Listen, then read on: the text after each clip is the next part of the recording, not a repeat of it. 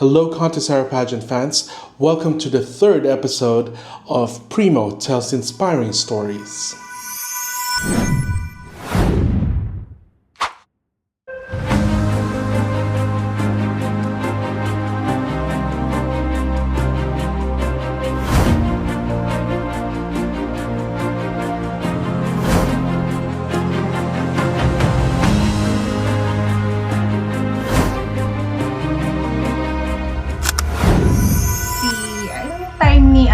ni Beatrice, natanggal na lahat ng sama ng loob. And masyado pang na-in love dyan sa boyfriend mo. Pero Christina Poshner is one of the most underrated voices in the pageant blogging world. But beyond blogging, she's a devoted mother, a loving wife, and a woman whose authenticity inspired content creators like myself every single day. In this episode titled Memento Vivere, or A Reminder to Live, we shine a light on Christina's journey. This is Primo Sacramento, and today we tell the inspiring story of Christina Poshner. hello! Guten Abend from Germany! Siyempre, sir, gusto kong batiin din ang ating mga viewers. Hello sa inyong lahat, lalo na sa mga Ilonggo dira. Ginatamyaw ko kamutanan. Kung may ara man da mga Ilonggo, no? Where was Christina Poshner born, and what was her childhood like? I was born in Negros Occidental, no? Yung pangalan ng town namin is Binalbagan, malapit sa lugar ni beauty queen na si Gwen Forniol, si Mamaylan. So magkalapit lang kami, mga I think mga 4 kilometers, 5 kilometers away. My childhood, masaya kasi alam mo, noon kasi wala pang di ba? Walang social media, yung lang namin yung diversion, lang, sakay-sakay sa bike, aakyat sa puno, mga ganyan. Tsaka yung may mga bailihan na tawag, yung sayawan. Diyan kami gumagala, sumasayaw. Pero nang when I reached high school na, nagkaroon ng problema, personal problems, kasi diyan na nag-umpisa yung ang parents ko, they were having rough patches on their marriage, no? Naghiwalay. Tapos, siyempre, yung nanay ko, single mom na siya kasi wala namang suporta na nanggaling sa, sa tatay namin. Pero okay lang kasi nakasuporta naman yung lola ko. Hindi naman sa sa nagbubuhat ako ng sariling bangko, pero may kaya din naman kasi ang family ng lola ko. So tinutulungan yung mother ko para to send us to school, private school, nakapag-college ako, ganon. Nakuha ko yung kurso na gusto ko. Dapat Bachelor of Fine Arts in Interior Designing. Pero nag-proceed ako sa sa advertising kasi bobo ako, sir, sa math. Hindi ko kaya ang calculus. So yun ang mga sabi ko, happy childhood. What valuable life lesson did she learn from her grandparents that she still carries today? Ang lagi noon sinasabi ng lola ko, syempre be kind, be generous. Laging makinig sa kanila kasi wala namang mawawala sa'yo kapag sumunod ka or maging obedient ka sa kanila kasi they know best, di ba? Mm-hmm. Like yung dati, ito isa sa mga ibibigay kong mga instances sa buhay ko na dapat at the age of 26 ay mag-aasawa na ako. Pero sabi ng lola ko, kinausap ako ng lola ko, sigurado ka ba? Kasi sabi mo sa akin, you still have aspirations in life, you want to go abroad, you want to reach your dreams. Christina, sabi niya sa akin, you have to mull it over. Kasi ang pag-aasawa, it's not a wash and wear garment o disposable garment na kapag ayaw mo na, ilalaban mo, pero iba na pag nilabhan. O di kaya itatapon mo. Yun ang hanggang ngayon, dala-dala ko sa akin na sinunod ko yung advices na sinabi sa akin na be ready. Hindi dahil it's just a mandate of your heart, of your emotions, dahil super in love ka, naintindihan namin na masyado kang na-in love dyan sa boyfriend mo. Pero you have to think 100 times before you decide. Kasi baka sa huli, magsisisi ka. Baka magaya ka sa nanay mo. Ayaw kong makita ka na naging katulad ka ng iyong nanay. How did Christina get started with her pageantry blog on YouTube? And what was that journey like? I started last, hindi ko na maalala. Yung time ni Beatrice Gomez. 2022. 2022, no? 2021 2022 yata. 2021. 2021. Kasi siguro dahil mahilig na akong manood ng pageantry, di ba na-mention ko sa'yo, sumali nga ako sa beauty contest. Although, that time, I didn't have strong self-confidence, no? Parang quiet self-confidence lang ang meron ako. Pero, talagang sinubukan ko kasi, sinasabi na rin ng mga friends ko na, sige, supportahan ka namin, sige, mag-join ka. At saka, nag-umpisa talaga ako manood ng pageantry nung time pa ni Anjanette Abayari sa Binibining Pilipinas. That was 1991. Oh, wow. Nagkaroon lang ako ng gap na hindi ako nakapanood nung time nila ni Venus Ra, ni Janine Tugonon, MJ Lastimosa, kasi during that time in love ako sa foreigner kong boyfriend, sa Swedish ko na boyfriend. So parang that time wala akong pakialam kahit hindi ako manood. So diyan nag-umpisa ang lahat. Sabi ko kasi I was bored out of my mind, Sir Primo. Parang sabi ko, wow, wala akong trabaho, dito lang ako sa bahay. Ano kayang gagawin ko para malibang naman ako? Ng diversion yung buhay ko. Kasi imagine, parang nabigla ako na 6 na taon ako sa Dubai ng trabaho, tapos pagdating ko dito sa Germany, syempre nabuntis ako, nanganak, nag-aral ng German language. Tapos wala na. Talagang naburyong ako. Hindi ako sanay na walang trabaho. So naisip ko na mag-pageant vlog. Kasi sabi ko parang kaya ko naman. Although, syempre, I'm not proclaiming naman na na magaling ako. Kung ano lang yung opinion ko, kung ano lang yung nakikita ko, yun lang. Saka, hindi naman, parang hindi naman kasi kailangan, yung sobrang galing mo, no? Oh, yeah. Syempre, ang mga ibang pageant vloggers magaling na talaga. Kagaya yung mga Twinkies, kayong mga bading, no? Magaling talaga kayo. Naamin ko yan, magaling talaga kayo when it comes to analysis, mga ganon. Pero ako, parang sabi ko, di bale kung sino manood, okay lang kung may manood o wala, okay lang, I don't mind. Basta sa akin, I want to express my opinion. Is she going to be visible and notable to the judges? Certainly, with the right strategy and everything, yes. Pero, ang tanong ulit, gusto ba siya ipanalo? We don't know. Kung makuha niya ang 5th crown, then, wow. I want to develop more self-confidence kasi parang pagkatapos ko kasi sir magtrabaho sa Dubai ba, syempre natingga ako sa bahay, parang nawalan ako ng self-confidence, nawala yung self-motivation ko.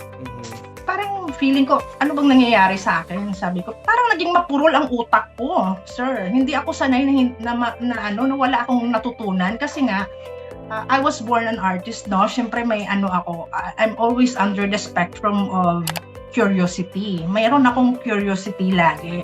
I don't need to know everything, but of course, we always have the options to know everything. Kasi sa modern world ngayon, syempre, digital na. Marami na tayong ginagamit na mga gadgets, mga tools. So, yun ang outlet ko. Tsaka, yung journey ko, syempre, gusto ko sana, no, in my hearts of hearts, I want to pursue my vlogging career. Like sa pageant vlog. Pero, isgetness kung sa ano pa, kung sa German. Talaga kaya, sir. Kasi may anak pa ako na, na 7-year-old. So parang, wow, sabi ko, ayokong pa mapabayaan ang anak ko dahil sa ano ko. Dahil sa isang bagay na alam ko na baka mawalan ako ng oras. Kasi kilala ko yung sarili ko eh. I know myself very well, Sir Primo. Akong tao, kapag may gawin ng mga gusto kong mga bagay-bagay, like vlogging, talagang gusto ko, nandyan yung focus ko. Ayaw ko ng distractions. Yeah, wag mong kalimutan yung Pero I don't mind. This is less of an issue to me. No, kung hindi ako popular, kung hindi ako sikat, I don't care. Sa akin lang, just I'm having fun. I don't think about earning money kasi hindi naman naka-monetize yung ano ko, channel ko. Sa akin lang parang yun lang, outlet ko. As a semi-active pageant blogger, what does Christina enjoy most about creating contents in the pageant community? Being able to express my opinion. Yung pinaka dyan is yung takeaway, yung marami akong natutunan na galing sa experiences ng ibang tao. At saka, yung gusto mong lagi kang maraming alam sa mga bagay na hindi mo alam. Yun ang gusto ko sa lahat. In this segment, we're gonna find out Christina's favorite things. Okay. So are you ready, Miss Christina? Ready? Okay, ito I am na. ready. So mabilis to, parang fast talk to. Filipino dessert. Oh my God, bibingka. Singer. Whitney Houston. Filipino movie. Filipino movie? Yung oh my God, ang dami. Ano bang movie nila ni pass muna, pass. International movie. International movie. Yung The Count of Monte Cristo. Song. It's My Turn. Animal. Swan. International celebrity. Girl or boy? Any. Your choice. Any? Oh my God. Demi Moore. Filipino celebrity. Oh, Barda.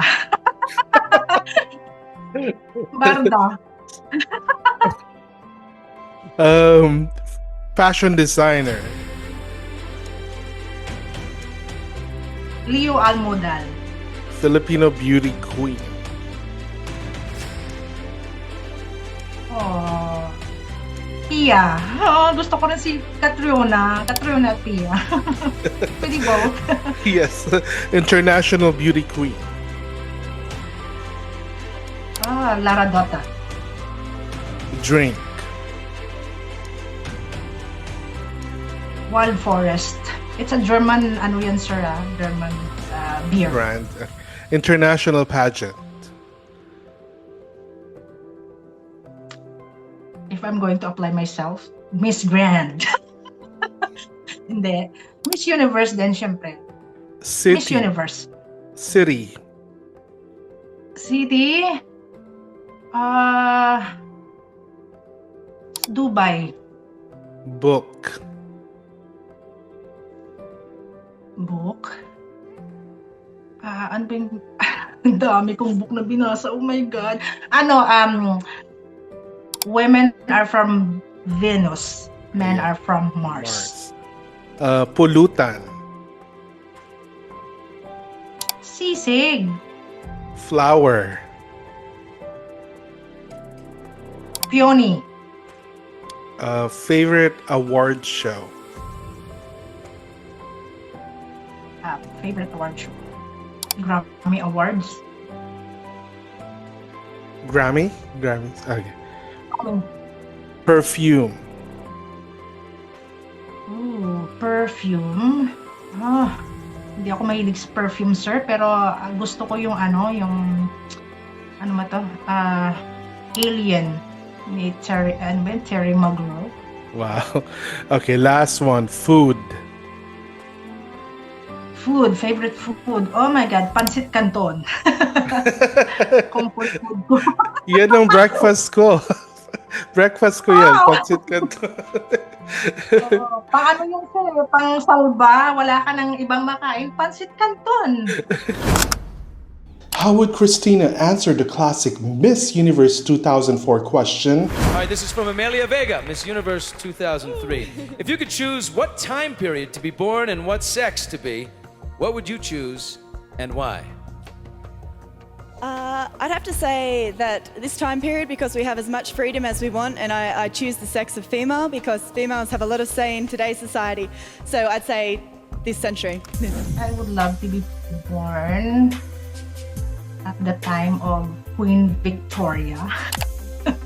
Tama ba yan, sir? Syempre, I want to be female, no? Kasi, being a woman is a gift from God, di ba? And being a woman is like living at the time of war. Along the way, we have a lot of challenges, but being a woman, we are the childbearer. We are the source of love. And gusto ko paging babae pa rin ako.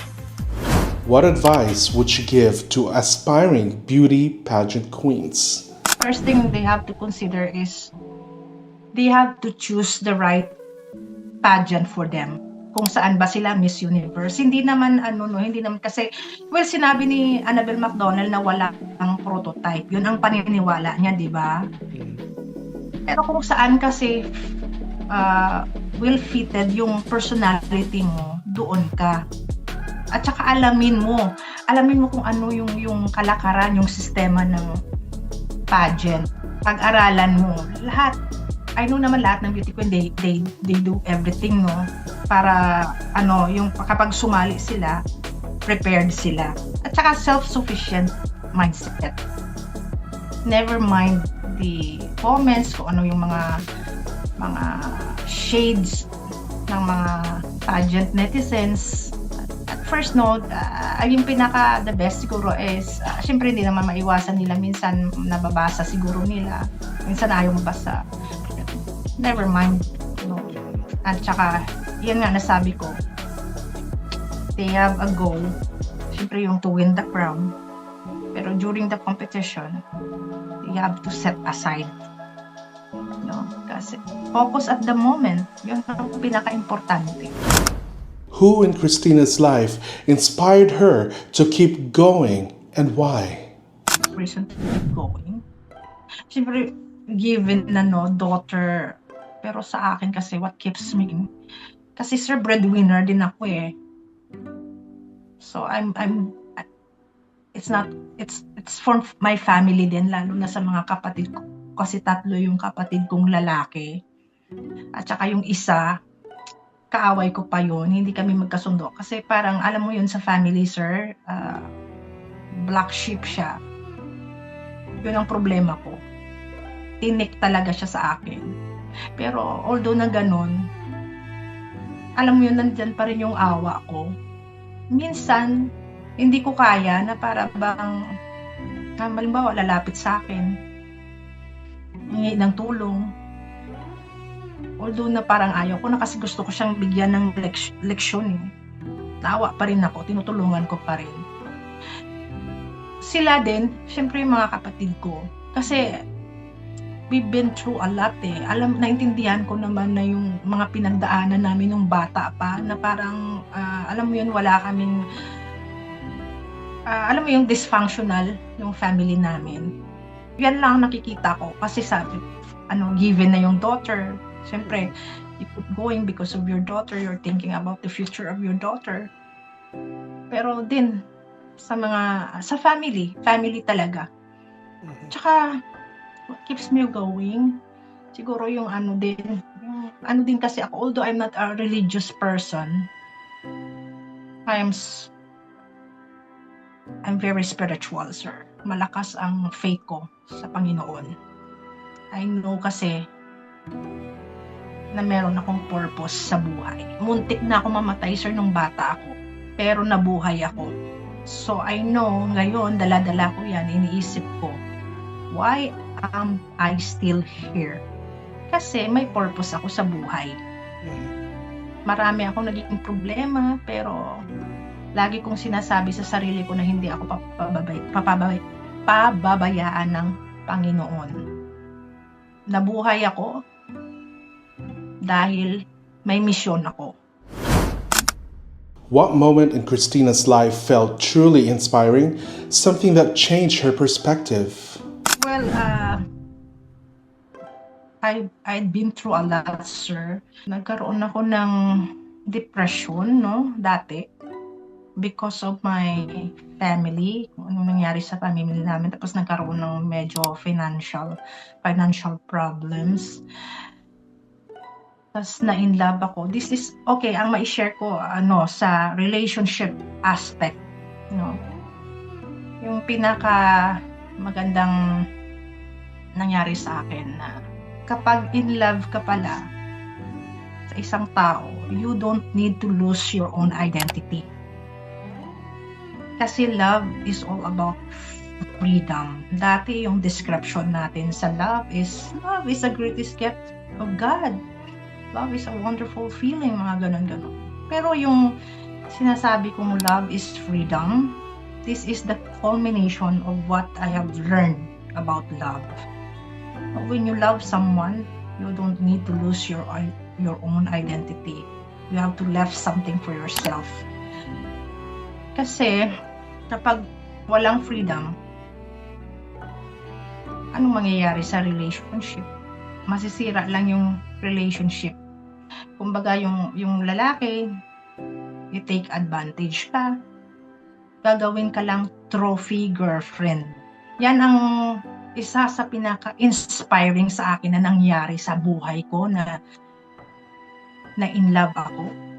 Nakalimutan ko ang sarili ko kasi 'di ba kapag in love tayong mga babae, ginagawa natin ang lahat just to please your man, your boyfriend. Parang you're bending over backwards para lang maging masaya yung boyfriend mo. Parang you're doing his job. You don't need to do that, because it's not your job to pursue a guy or to pursue a man. Let him do his job. Kasi job niya yan.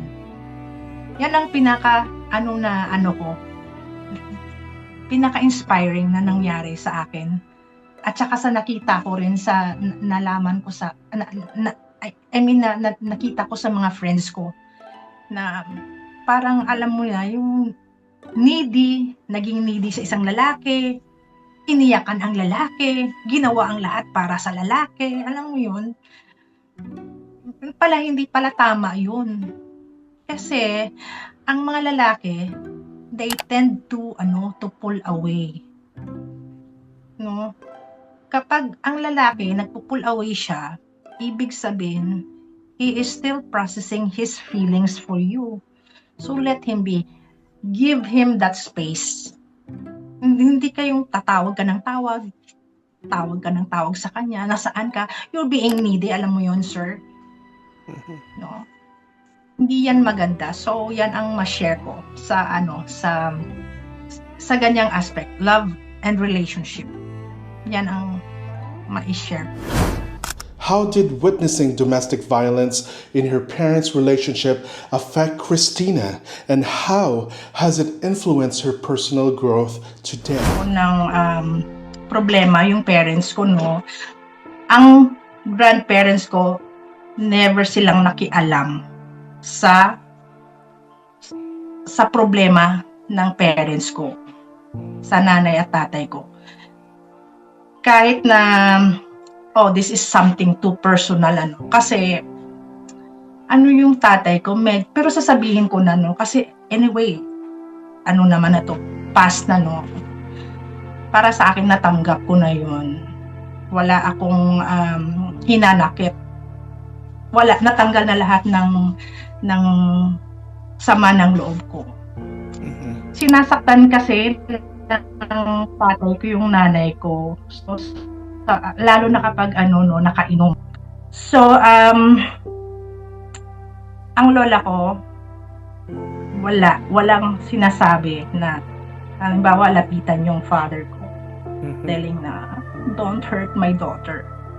Yung ganon. Na, di ba kung ibang nanay, isasabihin na lang na, hindi ikaw nagpalaki sa anak ko, ibalik mo na lang yung anak ko kung ayaw mo na sa kanya. There you have it, mga Contesera pageant fans. You've just watched the beautiful and inspiring story of Christina Poschner. Please like, share, and subscribe for more contents like this. And please stay tuned for the next episode. Until then, my name is Primo Sacramento, and thank you for watching Primo Tells Inspiring Stories.